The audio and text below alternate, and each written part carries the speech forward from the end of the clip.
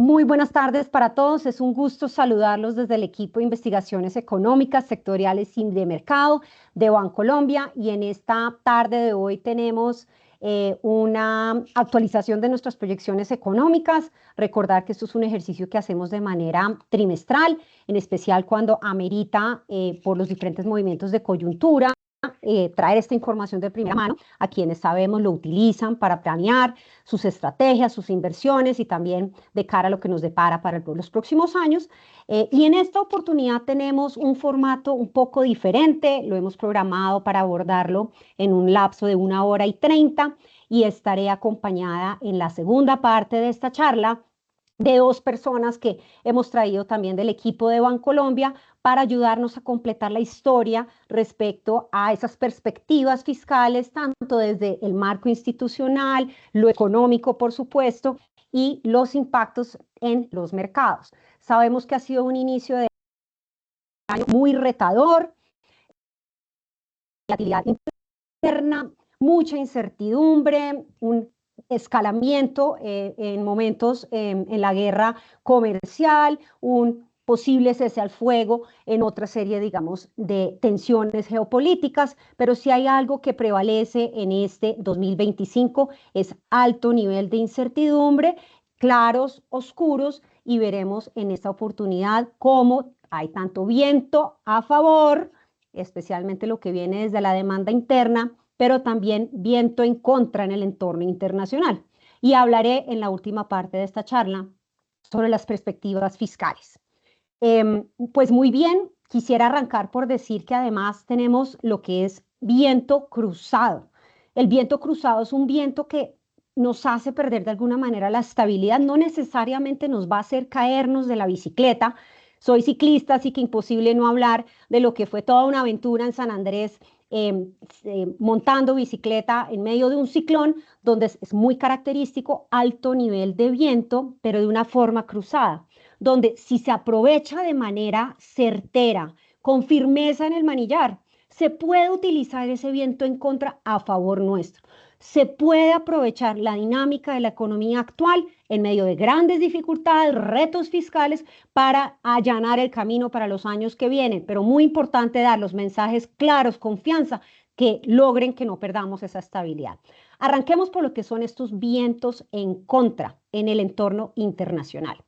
Pues muy bien, ustedes lo han visto a lo largo de este año, una guerra arancelaria que realmente ha sido casi que sin precedentes, hasta los pronósticos más nefastos de cara a lo que podía ser esta nueva era de Trump 2.0 se quedaron cortos de cara a lo que ha venido promulgando y la agresividad de alguna manera con la que viene tratando de negociar esas relaciones bilaterales. Hablaremos un poco de eso, pero sí hay un mensaje que quisiera que se lleven acá al margen de la volatilidad, de la incertidumbre, de unos aranceles que están en pausa, es que aquí hay una definición de perspectivas económicas que se vienen rebajando a nivel mundial. No perdamos de vista que veníamos después de COVID en un proceso de estabilización de muchas de las variables macroeconómicas, entiéndase inflación, tasas de interés, carga financiera de los hogares y por supuesto crecimiento. Y hoy el escenario es más bien en torno a un escenario donde se rebaja el pronóstico de crecimiento estimado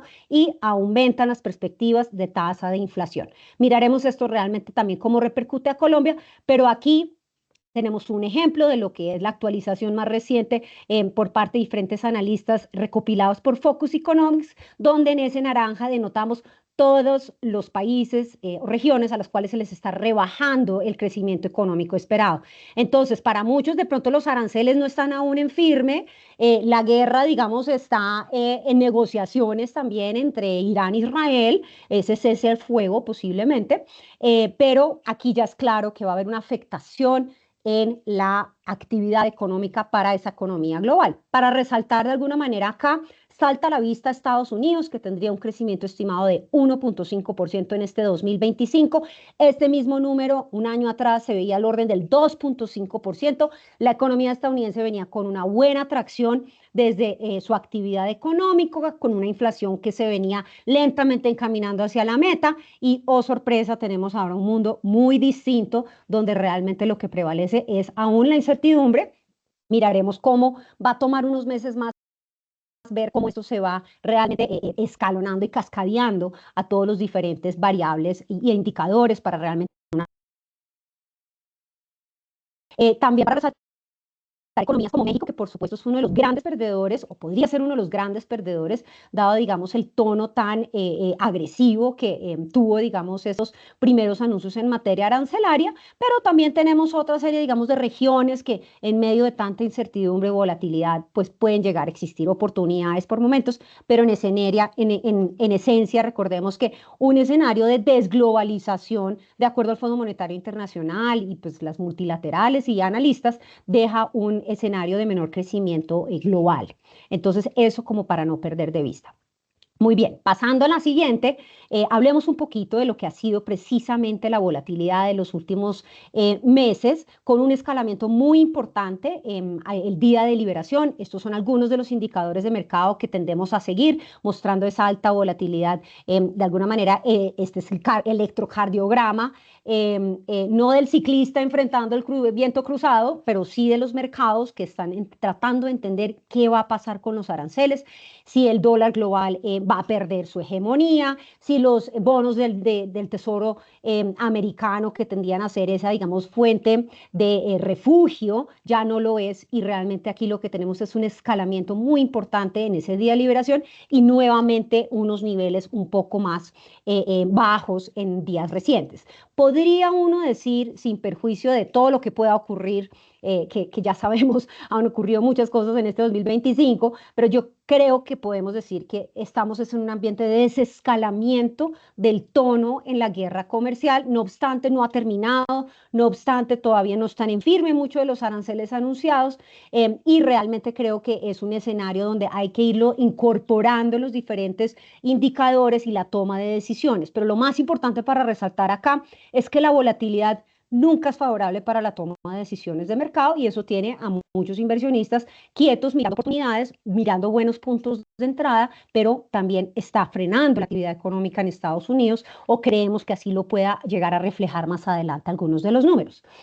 Muy bien, pasando a la siguiente, un pequeño recuento de lo que han sido muchas de las medidas adoptadas en materia arancelaria. Este slide ya no nos va, ya se nos está quedando corto, porque sabemos que vendrán más aranceles anunciados en materia, por ejemplo, con ciertos países, como es la Unión Europea y como otros países, Vietnam, Tailandia y otros que, recordemos, se les mantienen un déficit comercial abultado con Estados Unidos. Sabemos que está puesto sobre la mesa, y así lo ha promulgado el presidente Trump, que hay un gran interés por, digamos, imponer mayores aranceles a productos como son los farmacéuticos, semiconductores y otra serie, digamos, de bienes donde el gobierno siente que no compite, o quiere de alguna manera promover la reindustrialización, digamos, de esos sectores. Y finalmente, en la parte de abajo ven lo que fue ese anuncio del Día de Liberación, que, recordemos, dejó dos categorías: una tarifa universal de 10% de arancel, que hoy aplica y le aplica a Colombia junto a otros países de la región con los que competimos, y que en gracia de discusión podría uno decir es el daño menos malo de cara a toda, digamos, este menú de opciones en los aranceles. Y tenemos los aranceles recíprocos diferenciales que se promulgaron ese pasado 2 de abril, 9 de abril, y que estarían pausados hasta el 9 de julio. Entonces, estamos apenas a puertas de un par de semanas de saber esta primera pausa de esos aranceles comprensivos, dónde termina. Por otra parte, pues se vienen dando negociaciones bilaterales entre Estados Unidos, Reino Unido, aparentemente ya hay algún tipo de acuerdo. Con China sabemos hubo un escalamiento que llevó hasta el 145% del arancel aplicado a China, y hoy día está más en torno al 55, podría ser 60, pero hay un desescalamiento. No obstante, todavía un menú muy amplio de opciones, y que aparentemente pues es esa herramienta que estaría utilizando el gobierno Trump para múltiples propósitos. Recordemos que acá hay propósitos no solo de índole comercial y de reposicionamiento de muchos, digamos, de los negocios de Estados Unidos en el ámbito internacional, sino también otra serie, digamos, de objetivos subyacentes en materia de migración, guerra de drogas, y posicionamiento también en términos geopolíticos. Entonces, todo puesto sobre los aranceles, que nos deja precisamente lo que vemos en este gráfico, con todo y que estamos con muchos aranceles en pausa, otros puestos sobre la mesa y otros que han venido desescalando, en efecto tenemos ya hoy, al 17 de junio, de acuerdo a la última información que recopilamos del Budget Lab, un centro de pensamiento que trata de calcular de alguna manera el arancel efectivo que aplica a las importaciones estadounidenses, lo ven en ese triángulo azul. Hoy hay una tarifa efectiva de aranceles del orden del 13.4% para las importaciones estadounidenses. Veníamos a inicios de este año de ese mismo indicador al orden del 2.3%. Esto es muy significativo. Esto podría ser más. Lo ven ahí, lo que fueron los anuncios a nivel del Día de Liberación, hablábamos de 25% de tarifa arancel efectivo, y quisiera anotar acá que es además el nivel hoy día, el que hoy está aplicando para las importaciones estadounidenses, el nivel más alto desde 1935. Así que no es menor lo que ha ocurrido, de pronto no es el punto final, de pronto es un punto de inicio, pero va a ser muy preponderante de cara a o impactar la forma, digamos, en que se traduce mucho, digamos, de este arancel hacia la inflación y hacia los consumidores finales, o si en efecto se da una reconfiguración del comercio internacional, pero la literatura ya viene señalando que eso no ocurre de la noche a la mañana. Ya hay muchas voces de grandes empresas a nivel en Estados Unidos diciendo yo no voy a reorganizar mis cadenas logísticas, ya lo hice una vez tratando de desmarcarme de China con los semiconductores, migré toda mi producción a Vietnam, Tailandia, y ahora me van a tratar de forzar también fuera de ese mercado. Yo me voy a más bien quedar quieto ahí y será tal vez el consumidor final quien asume esa carga. Está por verse, pero está puesto en la mesa una presión inflacionaria posiblemente global. Muy bien, moviéndonos a la siguiente, como si no fuese poco, esta guerra comercial que, repito, ha tenido un desescalamiento, pero también está en pausa, de alguna manera está en un cese al fuego. Aquí también ya tenemos por el otro lado estas tensiones geopolíticas de los últimos días, que miren cómo ha sido el comportamiento del precio del petróleo, que por tiempos nos denota la precariedad de la actividad económica esperada a nivel mundial, que llevó a los niveles tan bajos de casi $60 el barril a niveles de abril, cuando decíamos, uy, estos aranceles y esta actividad y esta reconfiguración de comercio internacional va a dejar un lastre en la economía estadounidense. Incluso había voces que vociferaban acerca, digamos, de una posible recesión en Estados Unidos, pero oh sorpresa, tenemos unos ataques y un recrudecimiento, digamos, de este conflicto Irán-Israel, que lleva de la noche a la mañana a niveles nuevamente por encima de los $75 barril Brent, pero que sabemos que con la última anuncio en materia de cese al fuego y posiblemente, digamos, alguna pauta de negociación, vuelve y recoge nuevamente a la baja un precio del petróleo al orden del $67 el barril. Esto es muy importante porque recordemos que el precio del petróleo, pues, no solo está correlacionado inversamente con el comportamiento del dólar, sino también tiene implicaciones importantes para economías como la nuestra, donde somos exportadores, digamos, todavía de manera importante de petróleo, y donde nuestras finanzas públicas dependen de alguna manera, en buena medida, de estos estimativos. Entonces, no es menor lo que venimos, digamos, viendo en materia de volatilidad del precio Brent y lo que nos está reflejando de señales de debilidad de la actividad económica global, especialmente para, por ejemplo, China, que también viene con menor crecimiento. Entonces, importante mirar esto, tensiones en lo político, en lo económico, y ¿cuál es el resultado? Pues una mayor aversión al riesgo, donde recordemos que los flujos de capitales han venido para países emergentes como nuestro, más bien tomando un mercado distinto, han venido saliendo el neteo entre los capitales que están entrando a economías como la nuestra y los que están saliendo, lo refleja este gráfico precisamente en esa línea naranja. Y fíjense cómo esa línea naranja lo que nos está diciendo es, aquí a medida conforme se iba recrudeciendo de alguna manera este discurso de la guerra arancelaria, las tensiones y la perspectiva de menor crecimiento global y de Estados Unidos, pues de alguna manera el nerviosismo simplemente nos dejó a unos inversionistas buscando activos más de refugio, bonos del tesoro, pero ya sabemos que los bonos del tesoro también hay cierto desmarque respecto a ese nivel de refugio, y más bien lo que hemos visto son precios de oro muy elevados y otra serie de activos de refugio como tal vez el franco suizo y otros.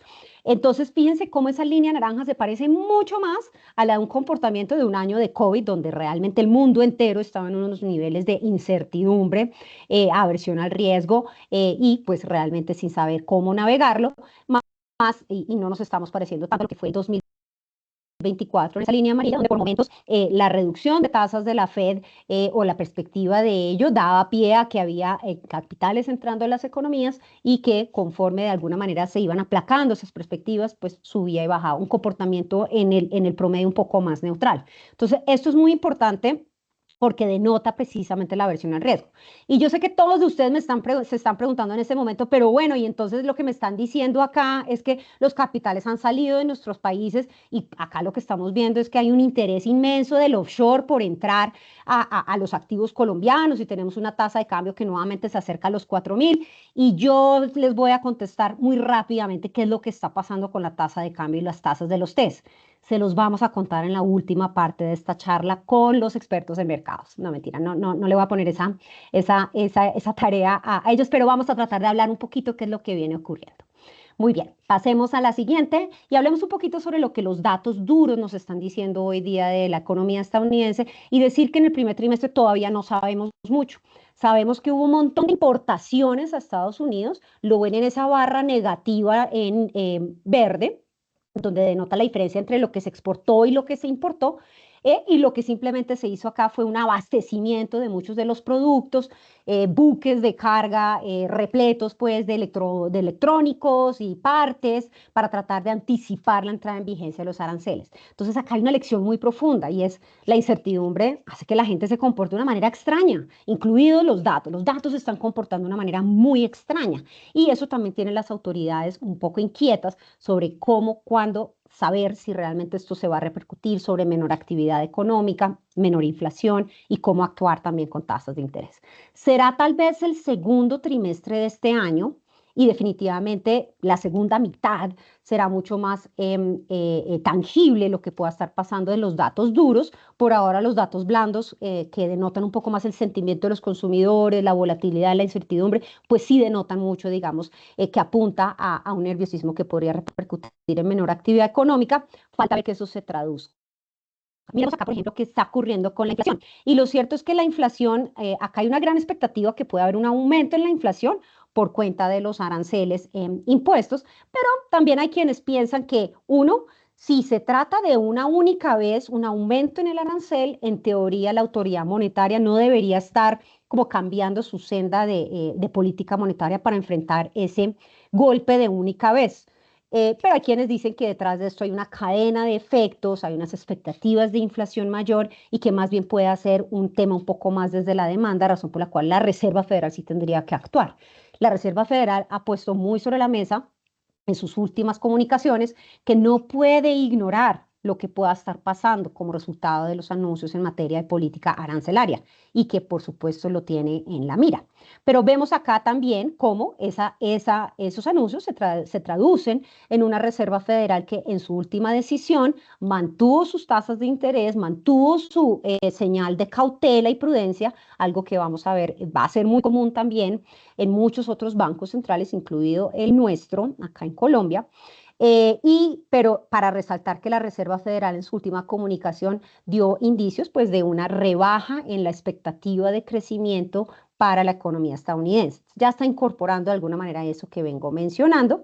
Y también vemos un poco más de diversidad, como lo denota este gráfico. Este gráfico, esos punticos son como las expectativas o los votos posibles de movimientos de tasas que cada uno de los miembros de la Reserva Federal cree que se pudiesen dar en cada uno de los plazos y pues primero anotar que hay como una variabilidad y así también lo está recogiendo el mercado. El mercado ante un escenario más de recesión o de desaceleración pronunciada en Estados Unidos habla de hasta 4 recortes de 25 básicos este año, pero hay otros y nosotros en nuestro equipo en Bancolombia estamos un poco más del bando de quienes consideramos que más bien va a seguir un poco con la senda, de pronto un poco más acelerada dado este contexto de menor crecimiento y si la inflación, digamos, continúa en ese proceso a la baja, pues de 2 recortes de 25 puntos básicos para completar esos 50 en este segundo semestre del año.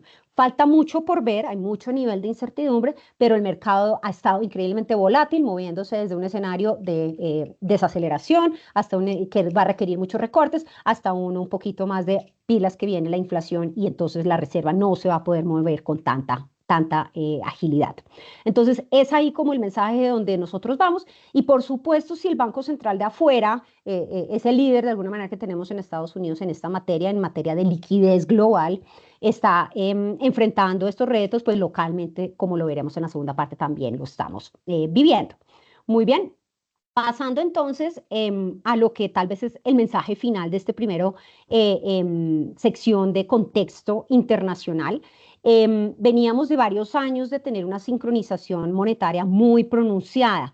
Lo ven ahí como pues todo el mundo casi como en un pelotón andaban junticos enfrentando digamos el viento en contra de la presión inflacionaria post-COVID. Aumentan tasas de interés para frenar precisamente esa dinámica de precios y entre el 2023 y 2024, pues la gran mayoría de países, sus bancos centrales comenzaron a recortar tasas de interés y por supuesto Colombia también. Y hoy día estamos en el 2025 en un año muy diferente, con países que vienen aumentando tasas, países que quisieran poder seguir reduciendo y en teoría podrían tener el espacio, pero enfrentan también riesgos idiosincráticos y pues una Reserva Federal que, como ya mencioné, se ha mantenido quieto con mucha cautela. Entonces es un proceso de desincronización monetaria. Lo vemos también en este gráfico ya aterrizando un poco en la región y tiene que ver con precisamente cómo el proceso de tasas de interés reales de la región, pues han venido corrigiendo a la baja, pero muy paulatino, especialmente para este 2025 estimado. Y lo ven ahí como realmente Brasil se sale de este grupo y simplemente arranca a aumentar tasas de interés de una manera acelerada para controlar la senda de inflación. Como que ahora cada ciclista por su lado, mirando a ver cómo ataja y cómo enfrenta, digamos, ese terreno. Y aquí vemos pues que Colombia en la línea azul, vemos pues va de acuerdo a nuestra nueva actualización de proyecciones económicas, tendría una senda aún más paulatina de recortes hacia adelante. Ese es uno de los mensajes principales que estamos compartiendo con ustedes en esta nueva actualización y tiene que ver con tasas de interés más altas afuera, adentro, incorporando todo tipo de riesgos desde lo internacional y también lo fiscal.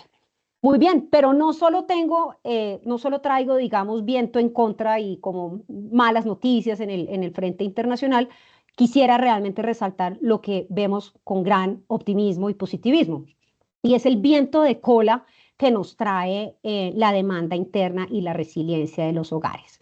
Y esto tiene que ver, por supuesto, con factores de coyuntura. Sabemos que sí ha venido un proceso de desinflación en Colombia que ha ayudado a la toma de decisiones nuevamente de consumo, a reanimar a muchos para buscar ese crédito y demandar un vehículo, una vivienda, que por supuesto hay retos por delante, pero hay de alguna manera un mejor optimismo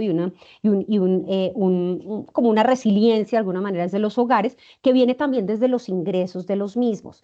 En este gráfico mostramos en nuestra actualización de las principales variables macroeconómicas algo que quisiera resaltar y tiene que ver con la resiliencia del mercado laboral. Estimamos, de acuerdo a nuestra última actualización, que para el 2025 y los siguientes años podríamos mantener una tasa de desempleo por debajo de los 2 dígitos. Y esto creo que es muy significativo de cara a un mercado laboral que no se resistió de alguna manera a la desaceleración económica, claro, impulsada por el empleo público y miraremos pues que es una contrapartida no muy positiva de cara a la sostenibilidad fiscal, pero que denota de alguna manera una resiliencia de parte de los hogares. A la resiliencia desde el mercado laboral también se suma la entrada de nuevos ingresos que vienen por cuenta de remesas. Estamos en niveles históricamente elevados de este tipo de flujos a los hogares y eso también puede llegar a estar explicando un poco ese dinamismo. En conclusión, en esta actualización económica, con todo un escenario que ya mencioné en lo internacional, incierto y pues realmente más negativo, mantenemos nuestra proyección de crecimiento económico para la economía colombiana en este 2025 y 2026. Estimamos que este año creceremos 2,6%, ratificamos ese número que venimos, digamos, acuñando desde principios de año y que podríamos estar creciendo a nivel del 3% el próximo año. ¿Es esto mucho? ¿Es esto poco? Pues es un crecimiento, creo, robusto de cara a lo que está ocurriendo desde los hogares y desde los retos que todavía existen, pero no es tan acelerado de cara al potencial o las necesidades que podría tener una economía en la nuestra para lograr mayor productividad, inversión y todo lo que ya sabemos todavía son puntos para discutir y para poner sobre la mesa en años venideros. Pero en esencia, acá lo ven, 8,8% nos dejó la tasa de desempleo a nivel de abril, una cifra que sorprende por lo positivo. Cuando uno discrimina esto desde el número de vista desde el punto de vista de los ocupados, el sector público viene generando muchos de esos ocupados. Ya hablaremos un poco de lo fiscal y las implicaciones que tiene pensar que uno de los jalonadores del empleo pues es el aparato productivo del empleo del sector público y no tanto el sector privado o esos sectores engranadores de capital y talento como puede llegar pues y de mano de obra como puede ser el de la construcción y otros. Entonces, tiene como sus luces y sombras de alguna manera esta situación.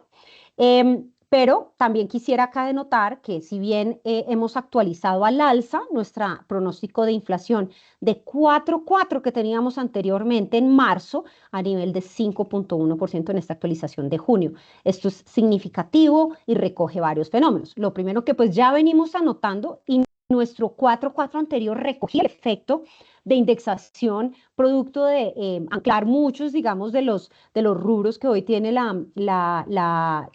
los diferentes rubros, digamos, de inflación al salario mínimo pues, que fue abultado a su ajuste, así como de la inflación del año anterior.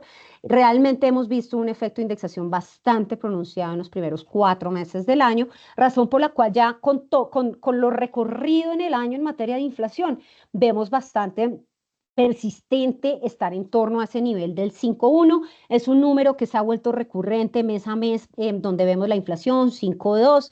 Nuestro último número 5,05 a nivel de mayo, pues sorprendió un poco por lo positivo. Creemos para junio que podría descender del 5% a niveles del 4,9, pero lo cierto es que empezamos también a recoger desde la historia pasada unos niveles donde el proceso de inflación ya cayó. Es decir, la base donde de alguna manera ya estamos se vuelve más y más difícil realmente empezar a corregir. Esto es una historia que también nos dejan otros países que nos llevan la delantera, como ya lo mencioné el caso de Brasil. Sabemos que esa última milla en materia de inflación hacia su meta es compleja, es duro y aquí hay viento en contra, que es precisamente este factor de indexación. Hay retos en términos de precios para servicios públicos y otros, y la inflación de alimentos que fue muy, digamos, relativamente baja el año anterior y contribuyó de buena manera a la inflación total como un todo, este año pierde un poco de fuerza ese efecto de alguna manera estadístico y de corrección tan importante que tuvieron los precios de los alimentos el año pasado.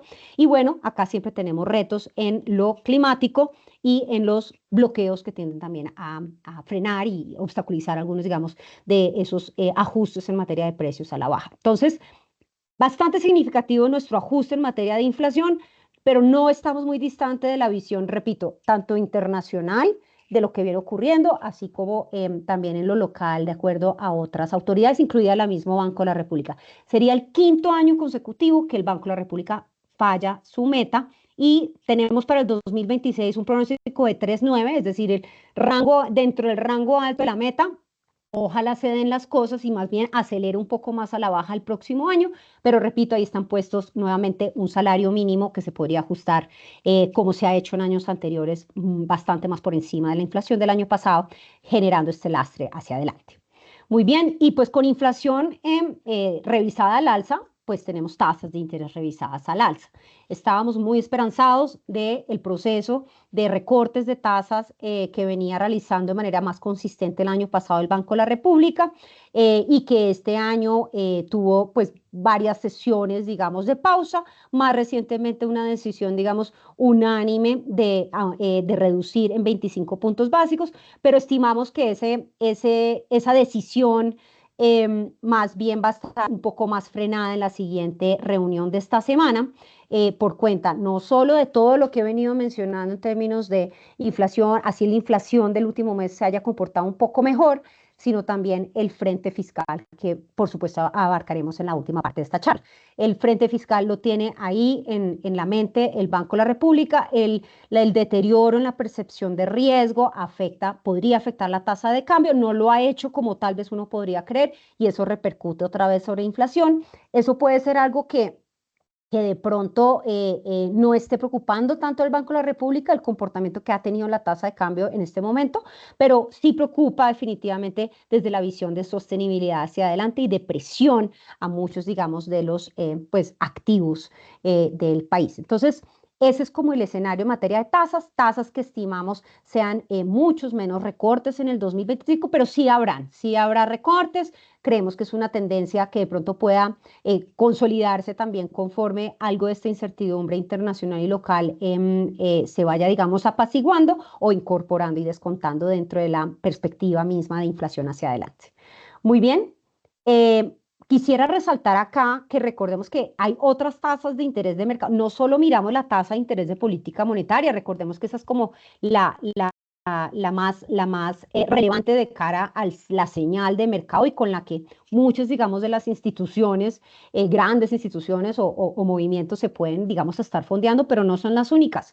Y acá hemos visto, digamos, una tendencia que veníamos recogiendo de tasas de interés cayendo en los diferentes segmentos, consumo comercial. Podemos decir que casi que llevamos 2 años de recortes de esas tasas de interés, pero fíjense cómo empieza a aplanarse más recientemente, se pierde esa capacidad de continuar con tasas a la baja y fíjense la línea azul que denota un aumento en precisamente las tasas de los TES aquí a nivel de abril, denotando esa mayor percepción de riesgo que se tiene de cara a la situación fiscal y de aversión al riesgo y que conforme se va como tocando con las otras de mercado y uno piensa, por ejemplo, en las de vivienda, pues le empieza a poner un freno a la caída que venían registrando también otras tasas de interés del mercado.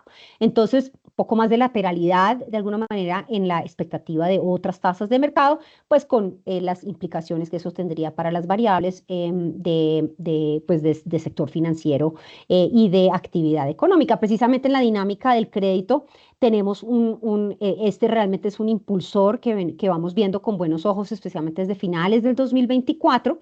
Gracias precisamente también a caída de las tasas de interés, un mayor dinamismo del crédito. Falta ver que el dinamismo en el segmento de consumo se termine como de materializar, pero ahí viene como por buen camino y conforme también algunos, digamos, de los balances del sistema financiero van corrigiendo de lo que fueron años muy complejos, pues realmente uno piensa que este puede ser un jalonador de la actividad económica, no obstante, repito, tal vez mayor lateralidad en las tasas y de ese impulso que se viene dando. Lo importante también para resaltar es que se va saneando lentamente la cartera con unos indicadores de cartera vencida que comienzan a descender en varios segmentos y eso creo que es una gran noticia de cara a unos niveles pues, de apalancamiento que se tenían en su momento pues, bastante elevados y que lo que queremos es que a este dinamismo de los hogares se sume la posibilidad de financiamiento a buenas condiciones para terminar de dinamizar mucha actividad en el sector económico. Entonces, buena dinámica del crédito.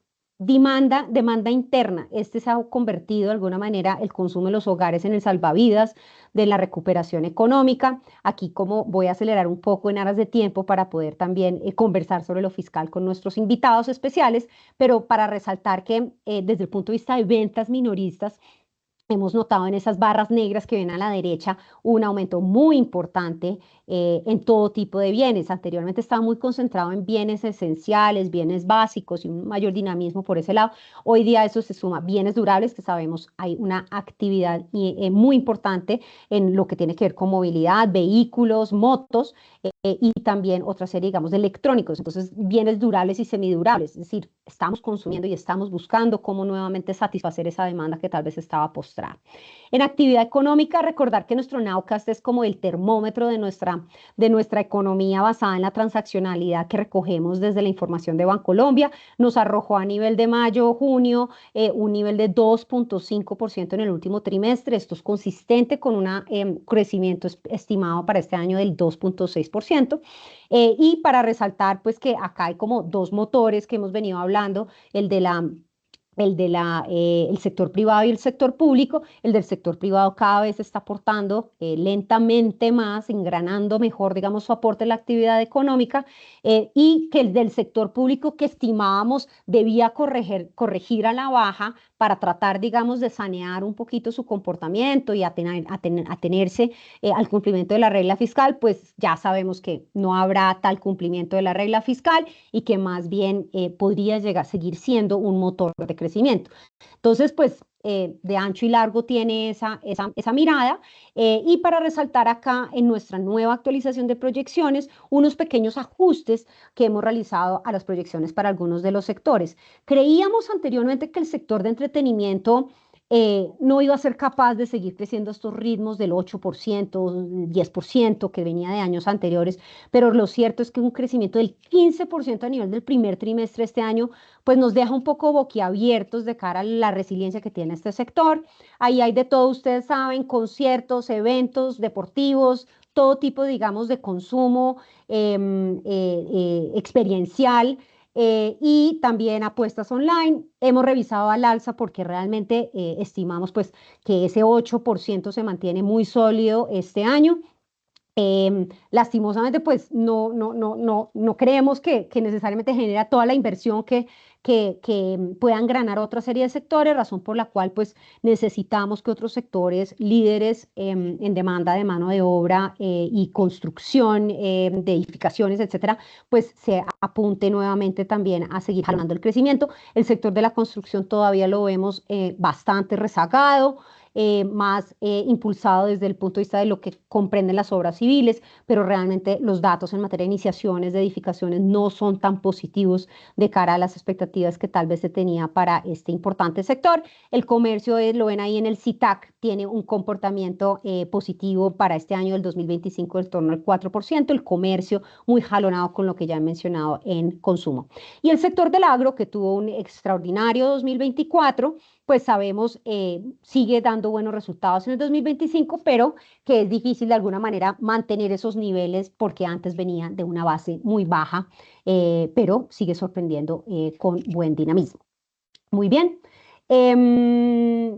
Aquí para resaltar simplemente quisiera hablar sobre cómo un poco la inversión que tuvo una caída en el 2023 del menos 13%, hoy pues ya suma en el 2024 un crecimiento del 3% y estimamos pueda repuntar un poco más en los siguientes años.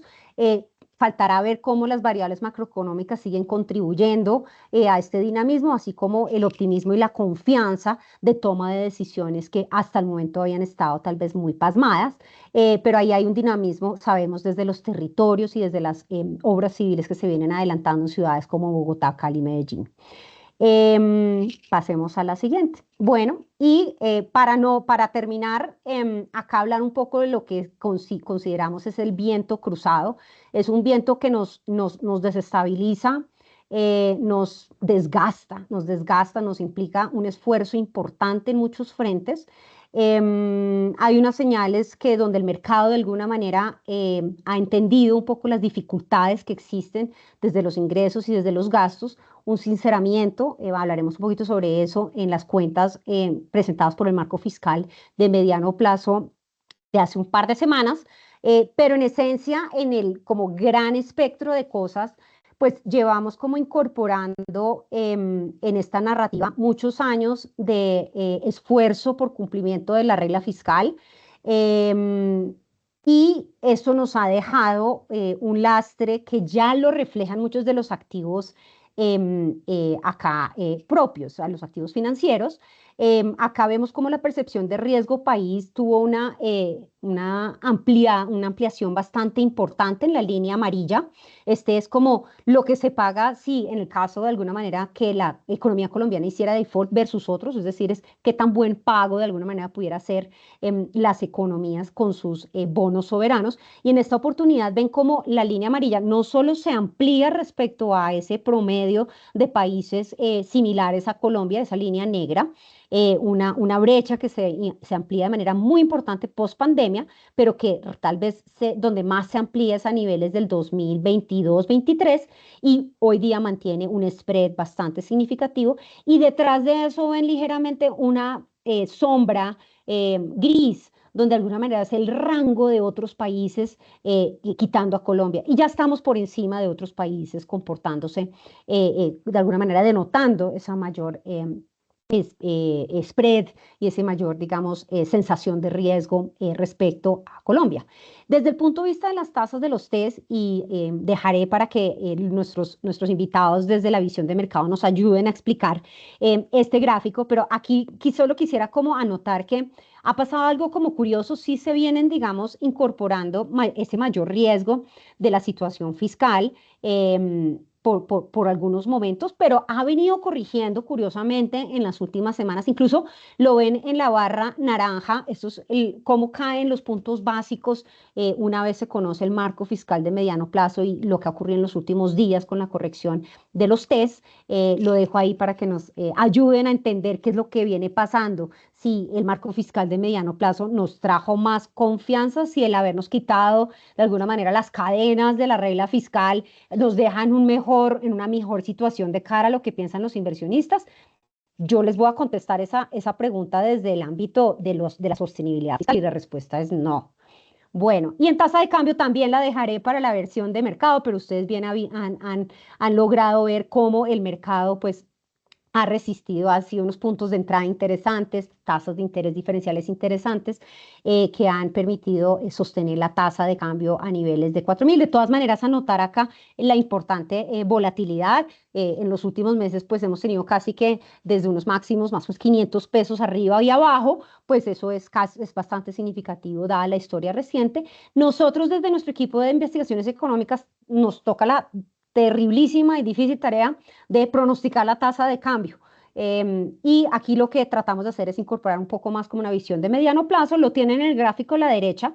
Implícitamente detrás de esto está una depreciación anual de 2%. Es ligero de cara a lo que ha venido ocurriendo. Por supuesto, detrás de eso hay una volatilidad gigante.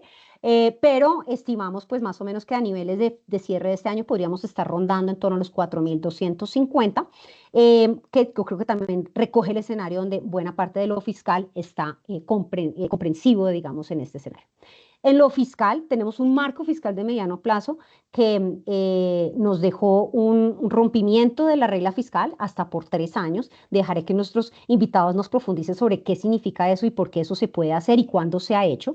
Pero el caso es que acá tenemos un escenario donde tendremos 7.1% de déficit estimado. Nosotros estamos recogiendo lo que trae el marco fiscal de mediano plazo, en parte porque creo que hay un nivel importante de incertidumbre sobre cómo se va a comportar el gasto y los ingresos, cómo van a continuarse desarrollando en este 2025, pero pues pareciera ser un número que se asemeja al 6.7% de déficit que dejó el año pasado y que en todo caso, como lo ven ahí, si lo comparan con el 5.1 que traía la regla fiscal, pues es un rompimiento ya completo respecto a la dieta que nos recomendaron los médicos. Yo digo que esto es como cuando uno está haciendo una dieta y de pronto peca un poquito, pero vuelve a donde el médico y hace unos pequeños ajustes, sincera un poquito el ingreso y el consumo de dulce en exceso, pero trata de mantener un poco como en el agregado para tratar de llegar a diciembre, en la época de buñuelos y natilla, de pronto un poco sobrepeso, pero de alguna manera todavía tratando en la psiquis de mantener ese compromiso. Y aquí simplemente este paciente dejó de ir al doctor, decidió que ya esa dieta a la vuelta de 3 años iba a mirar a ver cómo estaba. Y todos sabemos qué pasa cuando dejamos pasar esos meses sin hacer ese ajuste pequeño todos los días en lo que consumimos, pues tendremos varios kilos de más y se hará cada vez más difícil ajustarnos en esta senda. No voy a profundizar sobre estos, tal vez solo esta, para decir que el marco fiscal de mediano plazo nos dejó un sinceramiento en ciertos aspectos. Creo que eso es algo positivo para señalar, no solo en muchos de los supuestos macroeconómicos que están contenidos, sino en algunos de los ingresos adicionales que durante varias versiones de años anteriores, pues seguían siendo muy optimistas de cara a lo que iban a recaudar. Lo no tan bueno es que también los gastos siguen aumentando y no hay un mensaje claro de cómo y dónde van a recortar. Muy importante ver que tal vez este rompimiento de la regla fiscal viene acompañado de algún tipo de juicio o de acción en este aspecto y más bien lo que nos han dado es algunas luces sobre posibles ingresos nuevos que puedan venir por una reforma tributaria, un tema que espero Pilar de pronto nos pueda dar luces sobre ello. Conclusión, nos descarrilamos y nos vamos a seguir descarrilando si no tomamos esos pequeños ajustes año a año. Sabemos que en este año no será, de acuerdo a lo que nos han manifestado y que tal vez estaremos hablando de un déficit del 7,1, pero hacia adelante preocupa la situación de la sostenibilidad de la deuda hacia adelante. Retornar a niveles de 65% del PIB de endeudamiento es algo que realmente pues, no es razonable para una economía como la nuestra. Y que no denota de alguna manera una prudencia en lo macroeconómico, razón por la cual, pues digo yo, hay que tomarse muy bien, digamos, de este manillar y ver hacia adelante cómo se realizan estos ajustes. Termino ahí para darle paso a nuestros invitados especiales el día de hoy y terminar de conversar sobre estos temas fiscales. Ya habla un poco sobre los impactos económicos desde las sostenibilidades de lo macro, pero tengo dos invitados muy especiales el día de hoy de nuestros diferentes equipos de Bancolombia. Quisiera acá darle un saludo muy cálido a Esteban López, el director de posición propia de Bancolombia, de la Mesa de Dinero, y Pilar Cabrera, nuestra directora de regulación y asuntos públicos, para que ayuden a esclarecer todos estos aspectos que tal vez son muy complejos, que van desde lo institucional, desde entender, y que el público que ha estado muy atento a este tema de la regla fiscal termine de entender eso qué es y por qué nos importa. Y sobre todo, arranco con Esteban, qué es lo que está pasando con la tasa de cambio y las tasas de los testes, así te la dejo a ti. Bueno, Lau, hola a todos, ¿cómo están? Un placer poderlos acompañar hoy, discutir estos temas que son de interés para todos. Su impacto un poco desde el lado del mercado, teniendo en cuenta pues todas las noticias que se han dado recientemente que pueden ser un poquito abrumadoras. Em, no sé si voy a ser capaz de contestar eh, eh, tanto las preguntas y a esclarecer todo lo que quisiéramos en el mercado de capitales. Casi nunca es tan lineal y tan fácil, tiene unas complejidades muy grandes, pero haré un esfuerzo para abarcar al menos tres interrogantes que espero que le encuentren algo de utilidad y que les puedan brindar algo de claridad. Entonces vamos a empezar, Lau, por ahí y quiero empezar un poquito con cómo se nos ha comportado el mercado de cara a lo que viene pasando y a los anuncios fiscales que se han dado en el 2025, especialmente el marco fiscal de mediano plazo que tú ya explicabas. Yo no voy a mostrar diapositivas esta vez, va a ser un poco conversado, entonces espero poder entregar el mensaje lo más claro posible. Entonces, a ver, es un hecho que en el marco fiscal de mediano plazo se publica un déficit total del gobierno más alto que lo que se había proyectado en el plan financiero que se entrega a comienzo de año. Pero realmente esto no fue una sorpresa para los agentes del mercado y quiero como subrayar eso. Eso no fue sorprendente para los agentes que operan en el mercado. Desde el año pasado, no sé si ustedes lo recuerdan, pero para calcular ese déficit hubo algunos gastos que se excluyeron del cálculo, argumentando que eran gastos extraordinarios de una única vez. Eso es válido, eso se hace con frecuencia. Em, Estos gastos pueden ser, por ejemplo, gastos por litigios, inversiones no recurrentes o incluso las transferencias a fondos de estabilización, como la del combustible, que ustedes saben que venimos cerrando esa brecha durante los últimos años. Lo cierto es que hubo algunos analistas que empezaron a hacer unos ejercicios muy valiosos en los que se veían esos cálculos sin incluir dichas excepciones o incluso extrapolándolo a lo que podía ser el siguiente año. Y cuando se hacían esos ejercicios, se veía un déficit superior, un déficit que ya venía un poco por fuera de la regla fiscal. A esto se le sumaron las dificultades que ha tenido el gobierno en términos de caja y de recaudo, que esto ya se ha publicado en varias notas de hace más de un año. Así que este tipo de, digamos, de problemas en el frente del déficit ya se venían discutiendo desde antes. Con esta publicación del marco fiscal se muestra ese nuevo déficit de 7.1, pero repito, no es una información nueva para el mercado. Ya diferentes estimaciones ustedes veían en los periódicos que estaban esperando los agentes del mercado entre 6 y 8% del déficit, ya lejos de la regla fiscal. Y así las cosas, un número de 7.1 que finalmente es lo que entregan, estaba acorde con lo que el mercado conocía. Entonces, para contestar esa primera pregunta, no se vieron reacciones relevantes en los precios a esta noticia específica.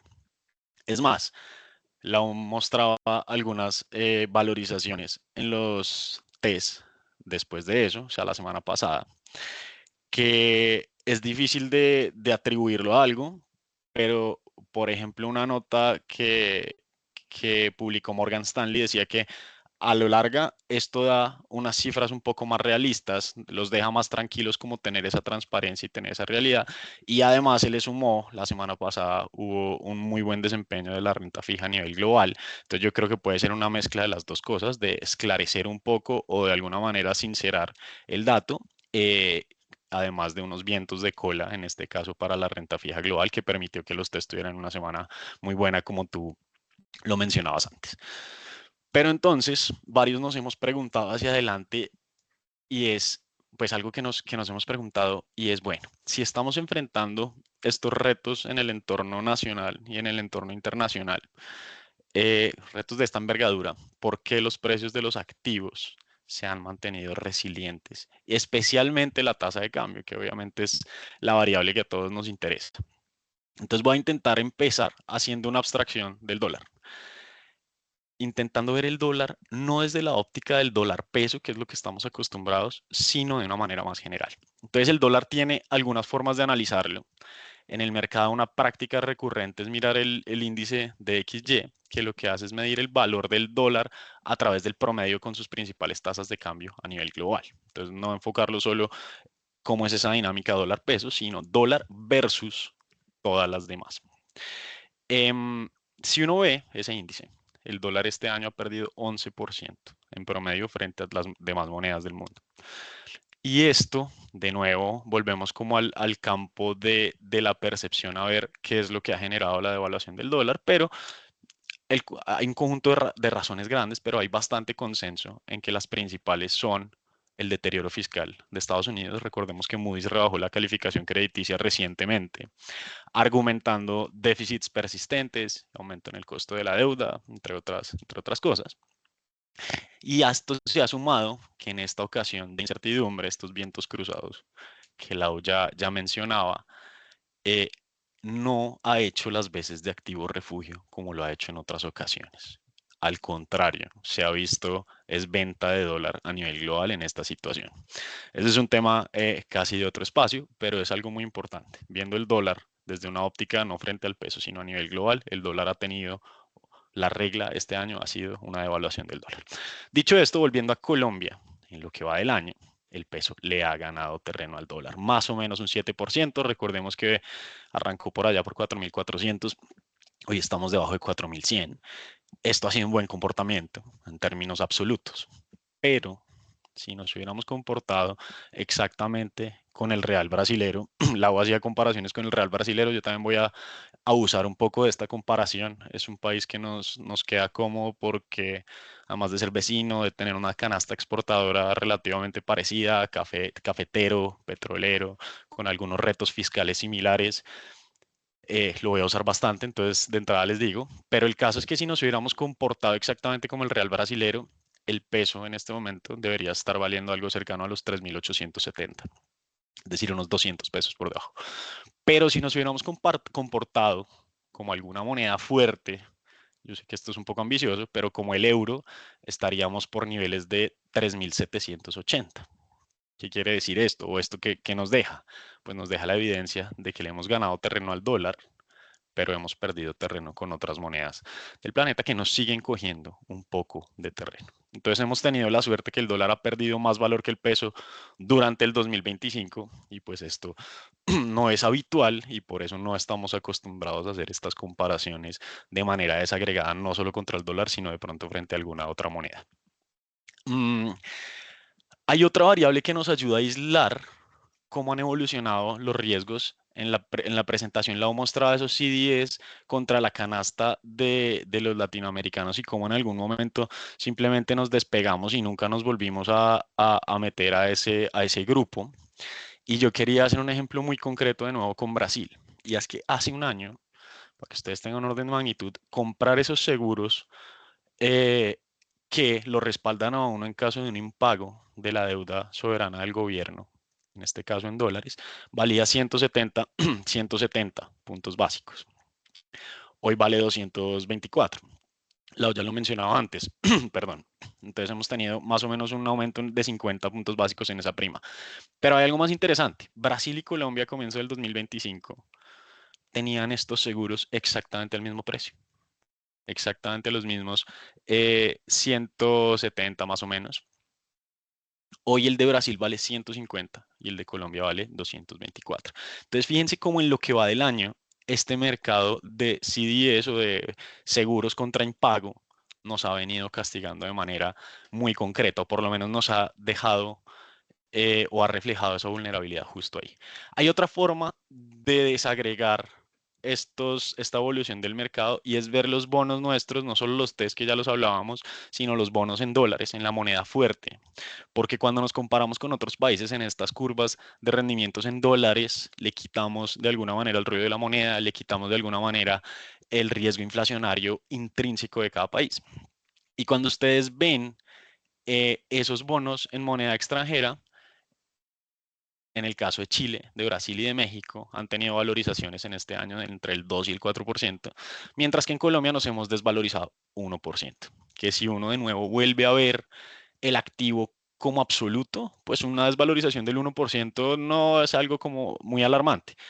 Lo que pasa es que cuando uno lo ve en términos relativos, sí hemos visto un deterioro frente al resto de los países que generalmente nos comparamos. Entonces, a modo de conclusión de este pedazo, las reacciones del mercado tras la publicación del marco fiscal de mediano plazo, que para algunos puede ser algo de claridad en las cifras, para nosotros hace parte de esas noticias o publicaciones que no impactan significativamente a los mercados, precisamente porque son situaciones que paulatinamente se han venido incorporando en los precios.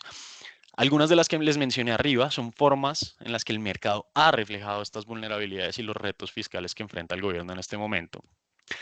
Y el mercado es pragmático y la cantidad de variables que lo afectan lo hace bastante complejo. Aquí intentamos desagregarlo, controlando por algunas de esas.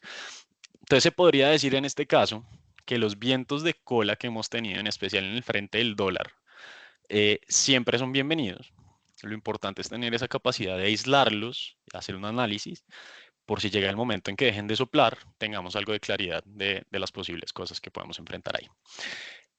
Entonces, pasando de eso, quiero hablarles también del fondeo del gobierno. Entonces, en este marco fiscal de mediano plazo, no se plantean alternativas contundentes para hacerle frente al gasto.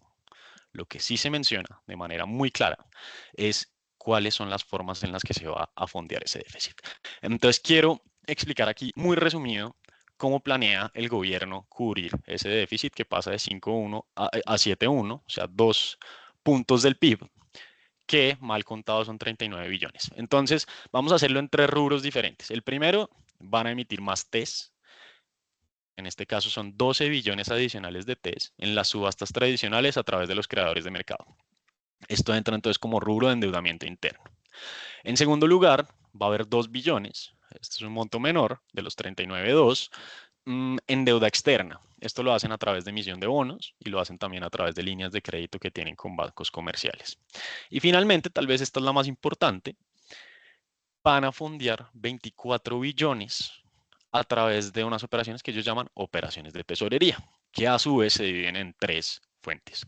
La primera son TCOs, que son básicamente test de corto plazo, notas del tesoro, como lo llaman generalmente en Estados Unidos, entonces son deuda de muy corto plazo. La segunda son fondos administrados, esto es herramientas y gestiones de liquidez que tiene crédito público para utilizar liquidez de otras entidades del gobierno y luego devolvérselas con unos intereses, es decir, también préstamos con la liquidez que tienen diferentes entes del Estado. Y finalmente, esto sí es una nueva figura, van a ser una figura que se llama TRS, que son repos con bancos internacionales en los que ellos entregan TES y reciben el fondeo a unas tasas más baratas de los dos anteriores, de los TCOs y de los fondos administrados. Y pues esta tasa mejor a través de estos repos explica por qué ellos sobrecolateralizan este préstamo.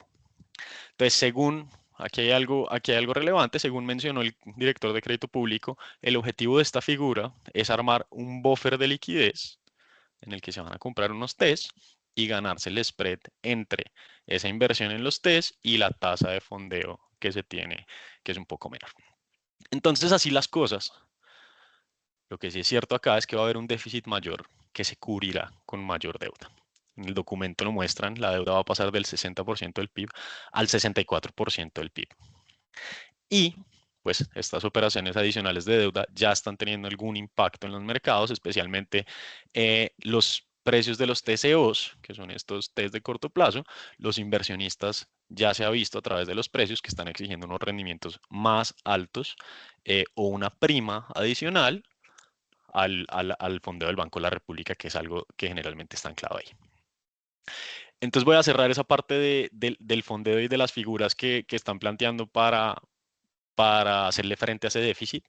Y quiero hablar un último tema que es sobre la perspectiva. Hacia futuro hay 2 temas que nos han estado preguntando permanentemente. Y el primero es que puede venir a nivel de las calificadoras de riesgo para Colombia después de que se sinceraron y se tienen unos datos muchísimo más concretos hacia adelante. Y el segundo lugar, o pues el segundo cuestionamiento es qué puede pasar de cara a las elecciones del 2026. Entonces vamos a empezar por la segunda.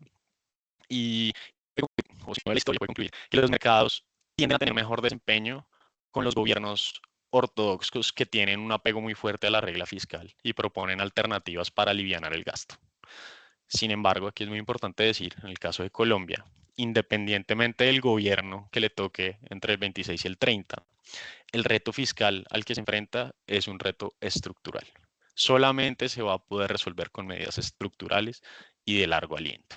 Esto no va a ser un tema que se puede resolver de la noche a la mañana y por tanto el impacto que se pueda tener va a ser limitado. Por supuesto que noticias en este frente y responsabilidad en este frente seguramente van a ser bien recibidas como han sido recibidas en ocasiones anteriores, pero no es un tema que se puede resolver de manera rápida.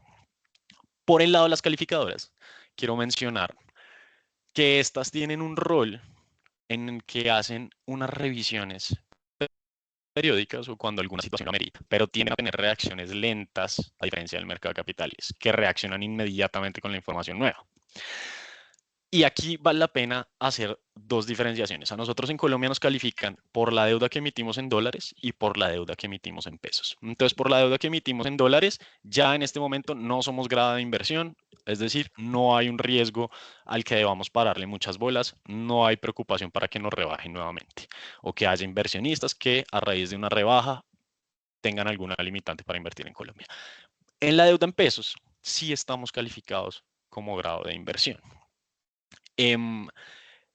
Aquí si bien hay un riesgo de recorte en la calificación, de hecho JP Morgan publicó una nota recientemente en la que hizo un ejercicio riguroso que decían que si hay una rebaja de calificación en la que nos deje por fuera de grado de inversión en los test, puede haber una salida de inversiones entre 2 y 5 billones de dólares. ¿Sí? Esto lo hacen de acuerdo a ciertos fondos que están indexados a ciertos índices que están en grado de inversión. Pero también hemos escuchado de parte de inversionistas extranjeros que las desinversiones que se dan cuando hay rebajas de calificación se pueden ejecutar a lo largo de 3 años. Entonces, es algo paulatino. Lo cierto es que los rendimientos de los bonos emitidos por el gobierno de Colombia, tanto en Estados Unidos como en pesos, ya lo mostrábamos o ya lo mostraba Lau en la diapositiva, están fuertemente rezagados frente a diferentes métricas de riesgo. Y durante el año, inversionistas extranjeros han mostrado apetito por este mercado y por exponerse en deuda soberana colombiana. Y nosotros pensamos que una rebaja en la calificación no va a sorprender, yo creo, a estos inversionistas, yo creo que ya ahora a ustedes tampoco. Entonces, el impacto en el mercado debería ser bastante reducido. Voy a cerrar con un mensaje final, o tal vez con un recap, con 3 mensajes con los que estaría tranquilo si ustedes se pueden llevar. Y es que lo publicado en el marco fiscal de mediano plazo, si bien es relevante, no es novedoso. Y es por eso que los precios del mercado no han tenido una reacción significativa. Incluso, como les mencionaba, hay casas que están diciendo que lo ven con buenos ojos en términos de la transparencia. Los precios ya vienen incorporando estas vulnerabilidades con el pasar de los meses y se hacen más evidentes cuando podemos aislar los efectos de los mercados internacionales en nuestros activos locales, que era un poco lo que intentamos hacer en este ejercicio. Definitivamente sí podemos concluir que el desempeño que ha tenido los activos de Colombia ha sido peor que gran parte de los países con los que nos comparamos. Y ahí es donde se ven reflejadas las vulnerabilidades y los retos que estamos enfrentando ahorita. El nuevo déficit se plantea cubrir con operaciones de deuda, algunas novedosas, otras no tanto, y hemos empezado a ver algunos impactos en las tasas de fondeo de corto plazo, pero también podemos decir que los impactos son difíciles de pronosticar hasta que no haya detalle de cada operación de manera más específica, especialmente lo que les mencionaba, estas operaciones repo. Y el tercer mensaje, finalmente, el desafío fiscal es estructural y buena parte del gasto del gobierno es inflexible, lo que hace muy compleja su gestión. Y por el lado de las calificadoras, ¿hay un riesgo de perder grado de inversión en moneda local? La respuesta es sí, y puede generar algunas salidas de inversión obligada. La respuesta es sí también, pero al darse paulatinamente y al ser un tema que se ha discutido y todo el mundo está al tanto, ya se viene dando y tendría un impacto limitado en los precios del mercado, según lo que hemos podido ver. Entonces ahora, para terminar, quiero darle el paso a Pilar. Quisiéramos ver si nos puedes dar un poco de claridad sobre un poco más sobre la regla fiscal, Pili, sobre la cláusula de escape que empleó el gobierno para suspenderla y también desde tu visión experta que nos cuentes sobre esos caminos que se deben navegar o que tienen que navegar estas principales reformas que están en curso para entender en términos de impactos y de tiempos lo que nosotros debemos tener en cuenta. Yo me despido y les mando un saludo especial a todos. Adelante, Pili. Vale, mil gracias a Esteban, a Laura también por esta invitación.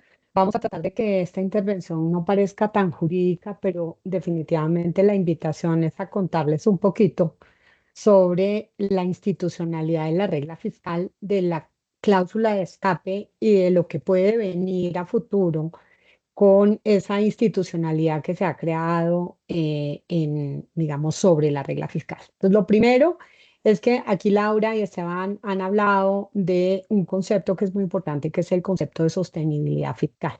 El concepto de sostenibilidad fiscal es lo que realmente, digamos, es la base o es lo que soporta lo que nosotros en Colombia denominamos la regla fiscal, que es además una figura o un mecanismo que se incorporó a través de una ley que es la 1473 del 2011 y que fue modificada una vez más con la ley 2155 del 2021. Pero me devuelvo para decir que el concepto de sostenibilidad fiscal está relacionado o hace referencia a la capacidad que tienen los gobiernos para mantener sus políticas de gasto, de ingresos y de endeudamiento en unos niveles tales que no pongan en riesgo la estabilidad financiera de largo plazo del país. Mejor dicho, es una gestión adecuada de los gastos y de los ingresos de tal manera que impide a los gobiernos gastar más de lo que realmente tienen o pueden endeudarse y estén en capacidad de pagar ese endeudamiento. Como digo, ese es el concepto genérico, ese es el concepto, digamos, que impone la Constitución y que impone un adecuado manejo de recursos públicos. La regla fiscal es el mecanismo y en realidad lo que es una fórmula que lo que busca es tratar de establecer un balance adecuado entre el balance primario neto y el nivel de deuda neta y el control fiscal. Es decir, lo que busca es tener unos límites a dos cosas, al endeudamiento y a esa capacidad de gasto de acuerdo con los ingresos que recibe el Estado. La regla fiscal, como les comento, fue incorporada en la legislación en el año 2011 y en ese momento se buscaba efectivamente tratar de tener una hoja de ruta, una senda de las finanzas públicas.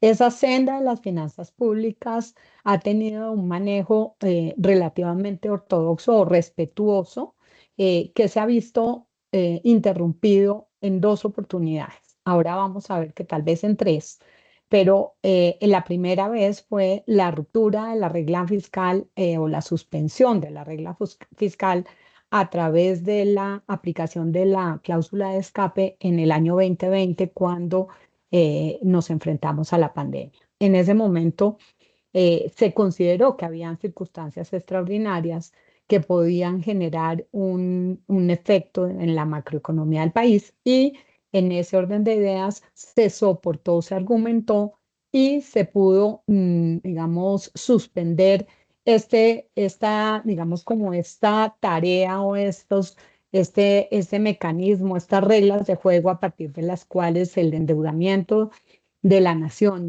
y los ingresos debían soportar una condición extraordinaria. Esto genera, digamos, el tener una regla fiscal a su vez genera unos temas que son muy importantes y es una disciplina fiscal de manejo en la gestión pública, genera credibilidad de cara a lo que ya hemos visto, ya nos comentó Esteban, lo que son un poco, digamos, estas visiones de los inversionistas y la forma en la que los mercados absorben las medidas que se van adoptando en el país. Y por supuesto, y lo más importante tal vez es que desde lo interno controla el déficit fiscal. Déficit fiscal que para el caso de países como Colombia debería estar en alrededor de un 3 o 4% del PIB, pero que en esta oportunidad nos estaríamos acercando a más del 7%. Es decir, tenemos una brecha muy grande que se ha ido ampliando y que ya la veíamos bastante apretada y bastante, digamos, rota desde el año pasado cuando tuvimos un déficit de alrededor del 6.4 sobre el PIB. Entonces, dicho esto, lo que sigue, digamos, es cómo se materializa la regla fiscal. La regla fiscal, entonces, que es esta fórmula a partir de la cual se toman unas decisiones y no me voy a detener en este momento digamos, en el momento actual de ruptura de la regla o de la suspensión de la regla fiscal, simplemente para tratar de contener la institucionalidad. ¿Cómo se materializa? Se materializa a través de la incorporación de digamos, de los rubros de gastos, de ingresos y de endeudamiento en lo que se denomina el marco fiscal de mediano plazo, por un lado. Pero también debe ser coherente y debe estar perfectamente alineado con el plan de inversiones definido por el Gobierno Nacional en su Plan Nacional de Desarrollo, con el plan financiero definido también anualmente por el gobierno y, por supuesto, por la Ley General de Presupuesto. Todos sabemos que la Ley General de Presupuesto aplicable al año 2025 no fue aprobada en el Congreso de la República y por el contrario fue expedida a través de un decreto con facultades presidenciales y qué es lo que nos rige en este momento. Entonces, tener una cláusula de escape en este momento, que es lo que estamos viviendo y es lo que, por lo que estamos aquí, tiene que verse, digamos, en un contexto coordinado, coherente. Tiene que haber una coherencia total entre estas normas, estas disposiciones, algunas de las cuales son leyes orgánicas, otras son el propio Plan Nacional de Desarrollo y otras son leyes que se aprueban anualmente en el Congreso de la República para poder señalar que lo que estamos viviendo ahora, a lo que nos estamos enfrentando es a una suspensión de las metas fiscales a partir de una brecha fiscal estructural que se está presentando en el país entre lo que son los ingresos y los gastos para favorecer un mayor endeudamiento. Mayor endeudamiento que veremos más adelante cómo se va a tratar de resolver en el gobierno, o por lo menos cuáles son los anuncios que tenemos de cómo se podría resolver en el gobierno, pero que valga la pena decir, de acuerdo con la propia ley 2155 del 2021, esa regla o esa suspensión de las metas fiscales solamente se puede dar por unas razones específicas, dos en particular. Una, por la ocurrencia de eventos extraordinarios, que evidentemente fue el caso de la pandemia, y otra por eventos que puedan comprometer la estabilidad macroeconómica del país. La norma en ese punto tiene un o en la mitad, es decir, es una o es la otra. Ese es el elemento que ha usado el gobierno y el CONFIS específicamente, ahora hablamos un poquito de la institucionalidad de la regla, pero el CONFIS específicamente para poder señalar que se hace necesario en este momento hacer esa suspensión de la regla fiscal y poderle dar al gobierno esas facultades para generar un mayor endeudamiento. Ahora, ¿qué contiene la definición o la autorización de una aplicación de la cláusula de escape? Tiene que tener tres elementos. El primero es definir la duración máxima de la desviación de las metas fiscales. Esto no puede superar los 3 años, que son 3 vigencias fiscales, incluida aquella en la que se decreta. Es decir, que en el caso de Colombia podría ser el año 2025, que es en el que se está decretando, más el 2026 y el 2027 como máximo, pero siempre pensando en que lo que debemos hacer o lo que se debe buscar es buscar el retorno a la senda. El segundo es la magnitud de la desviación. Hay que ser muy claros y, como decía Laura, hay que sincerar las cuentas y hay que sincerar los estados financieros del Estado para poder entender de qué magnitud es la brecha y saber cómo se va a retornar a ella. Y el tercero es definir una senda de retorno. Son 3 requisitos que contiene la ley que deben cumplirse cuando se aplica la cláusula de escape en la regla fiscal. ¿A quién le corresponde activarla? Le corresponde activarla al gobierno nacional a través de un organismo que es un organismo técnico, que es el CONFIS, que está adscrito al Ministerio de Hacienda y que, por supuesto, hace parte del Ejecutivo. ¿Qué quisiera decir allí? Quisiera decir allí, simplemente para ilustración, el CONFIS es una instancia en la que están presentes el ministro de Hacienda, el director general de Crédito Público, los viceministros de Hacienda y el consejero económico de la presidencia. Este organismo, esta instancia del gobierno, emite un auto que es el auto a través del cual se declara la aplicación de la cláusula de escape con las justificaciones correspondientes. Valga la pena decir que detrás de esta instancia del gobierno hay otra instancia adicional, que es el Comité Autónomo de la Regla Fiscal. Y este comité es un comité que también es un organismo técnico, que es un organismo permanente, que es un organismo independiente, que está adscrito al Ministerio de Hacienda y que tiene por objeto hacerle seguimiento al cumplimiento de la regla fiscal y a buscar y a procurar la sostenibilidad fiscal del país. ¿Cómo se pronuncia el Comité Autónomo de la Regla Fiscal? A través de conceptos. Desafortunadamente, lo que hemos visto en esta oportunidad es que los conceptos del Comité Autónomo de la Regla Fiscal no son vinculantes. En la norma habla mucho de la importancia de los conceptos y de la publicidad de los conceptos, son conceptos que se emiten no solamente para eventos como la ruptura de o para la ruptura de la regla fiscal o la suspensión digamos, de esa senda, sino que también se emite anualmente de manera previa a que el gobierno lleve un informe que lo debe hacer normalmente en los meses de junio al Congreso de la República sobre el manejo de las finanzas públicas. Entonces, este comité, que es un comité respetado, que es un comité que vive, que permanentemente está opinando y presentando sus opiniones sobre el cumplimiento de la regla fiscal, tiene una falencia, como lo hemos podido identificar, y es que sus conceptos son conceptos que no son vinculantes. Este comité está integrado por 7 miembros. 5 de ellos deben ser expertos en temas de finanzas públicas y 2 de ellos son los miembros de las comisiones económicas de las comisiones económicas del Congreso, Cámara y Senado. ¿Qué quiere decir esto? Quiere decir que si bien es cierto, existe, digamos, una autonomía en el manejo de las finanzas públicas desde el gobierno, tenemos un modelo de participación de de la otra rama del poder público, que es el legislativo. ¿Por qué es importante? Porque es a través de las comisiones económicas donde se tramitan el plan general, el presupuesto general de la nación, el plan de inversiones y los planes financieros de todos los gobiernos.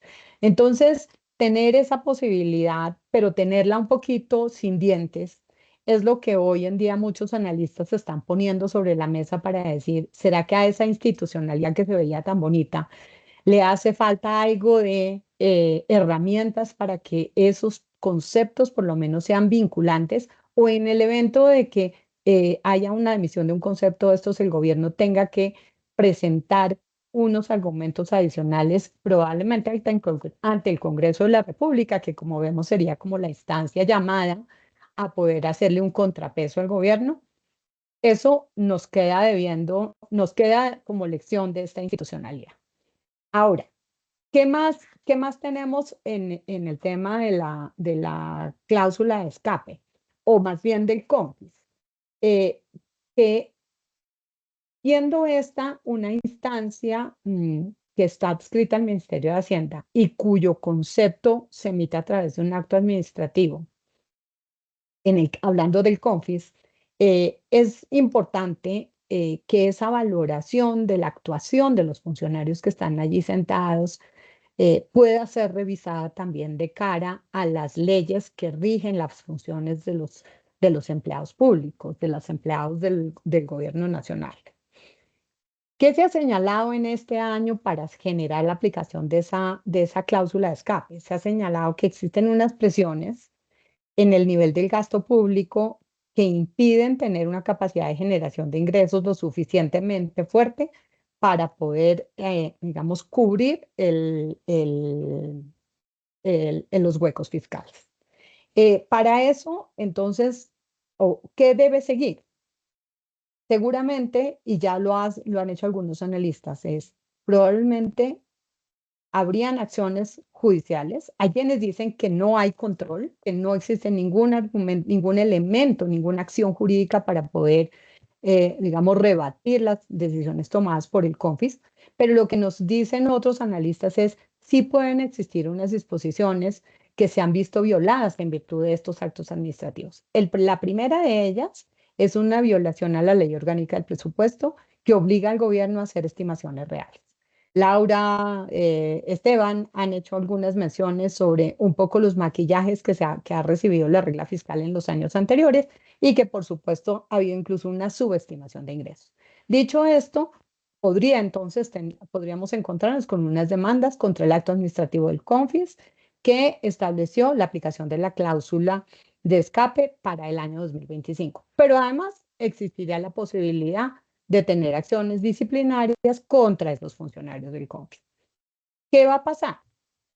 Que obviamente en el entretanto el gobierno ha presentado su marco fiscal de mediano plazo y en ese marco fiscal de mediano plazo ha presentado unas propuestas. Una de las propuestas que nos que tenemos sobre la mesa sin tener un proyecto en firme es una reforma tributaria con el que se aspira recaudar alrededor de 19 billones de pesos. Lo que vemos desde la política es que va a ser muy difícil que el gobierno pueda tramitar una reforma tributaria de esos niveles. Las reformas tributarias máximo han logrado 8 o 9 billones de pesos en el mejor de los escenarios. En este evento va a ser muy difícil, sobre todo si consideramos que estamos terminando el gobierno y que el músculo que tienen ya es muy poco. Pero ¿qué pasa? ¿O cuál puede ser el efecto final? Y es que, si bien es cierto, el gobierno presenta su reforma tributaria, si no hay lugar a una aprobación en los términos en los que lo está presentando, pues la responsabilidad va a quedar en el Congreso de la República. ¿Sí? Porque van a decir, se necesitaban esos recursos, lo mostramos en el marco fiscal de mediano plazo, hicimos una aplicación de una cláusula de escape y aún así el Congreso no nos dio la mano para poder sacar adelante esta reforma tributaria que tanto la estaba necesitando el país. Esta reforma tributaria, nos han anticipado, está muy relacionada con la eliminación de alivios tributarios, con un posible incremento del impuesto al patrimonio, con una revisión del IVA para algunos sectores, con un incremento del impuesto a la renta, con el mantenimiento de los impuestos definidos para los juegos de suerte y azar, etcétera. Muy difícil que logre un elemento de estos y mucho más cuando en el pipeline del Congreso todavía están otras reformas estructurales que se están viendo. Creo que voy a cerrar allí, tal vez señalar que la reforma pensional es un tema de lo más relevante que tenemos para lo que viene en las próximas semanas. Veremos qué pasa, digamos, con esa revisión que tiene que hacer el Congreso, esa nueva aprobación y la revisión final de fondo que tiene que hacer la Corte Constitucional. Bueno, muchas gracias a nuestros invitados especiales. Ahí lo tienen. Como saben, muchos retos, mucho ya descontado, pero no olvidemos que este reto continúa hacia adelante. Buenas noticias en materia económica, lo fiscal, el ojo puesto y esperamos poder tenerlos nuevamente en este espacio a la vuelta de un trimestre. Un saludo para todos. Muchas gracias.